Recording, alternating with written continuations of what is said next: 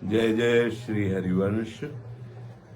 आप सबको सावधानी के लिए निवेदन करते हैं कि जब जब कहीं भी भक्ति का रंग छाता है तो माया उस रंग में विक्षेप करने की चेष्टा करती। विक्षेप तो नहीं कर सकती, व्यवधान तो नहीं कर सकती, इतने सामर्थ्य नहीं, पर भावुक जनों के मार्ग में विक्षेप डालने का प्रयास करती है। जब भक्तों का भक्ति वैभव प्रकाशित होता है, नाम कीर्तन गुण लीला गायन, और बहुत से पिपासु जन वहां शरणागत होकर भक्ति रस का आनंद लेते हैं, तो ये बलवती माया उनकी श्रद्धा पर विघ्न डालने के लिए नाना रूप धारण करती है। जो व्यक्तियों के हृदय में ईर्ष्या रूप बन करके कि कैसे इन भक्तों को परास्त किया जाए, कैसे इन भक्तों का यश नष्ट किया जाए, कैसे इन भक्तों के पास लोगों का आना बंद हो, कैसे लोगों के हृदय में इनके प्रति अश्रद्धा हो, ऐसी चेष्टाएं माया लोगों के हृदय में बैठकर द्वेष भाव करके करवाने लगती है। चाहे आप कबीरदास जी का प्रसंग देखिए,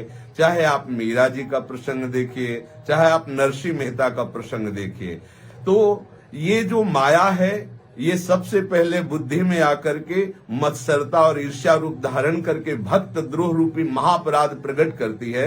उनका जो परिणाम होगा सो होगा।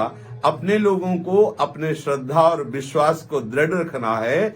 ऐसे लोगों के द्वारा किए हुए प्रचार प्रसार या गंदी भावनाएं या ऐसे लोगों के द्वारा जो दोष दृष्टि करके वर्णन की गई बातें हैं, उन पर ध्यान नहीं देना है, क्योंकि उनका ध्यान हमें अपने भक्ति में आकर्षित करना है, ना कि उनके द्वारा दिए गए मायाकृत दोषों को अपने ध्यान में रखकर भक्ति का मार्ग बाधित करना है। ये कलिकाल है, ये ऐसा रचना रचेगा, ये ऐसा प्रचार प्रसार करवाएगा कि भक्ति का ह्रास हो, भक्ति रहित हृदय हो और व्यभिचार, पाखंड, नाटक इसकी बढ़ोतरी हो। इसलिए सबसे प्रार्थना है कि ऐसे लोगों की भावनाओं का किंचन मात्र ना श्रवण करें, ना मन में विचार करें, ना आदर करें, क्योंकि ऐसी भावनाओं से सतमार्ग नष्ट होता है। स्वयं तो सतमार्ग में चल नहीं सकते, पर सतमार्ग में चलने वालों के प्रति ये नाना प्रकार की कट व्यवहार, प्रतिकूलता का व्यवहार, दोष दृष्टि का व्यवहार करते हैं और ऐसी बातें और ऐसी रचना करते हैं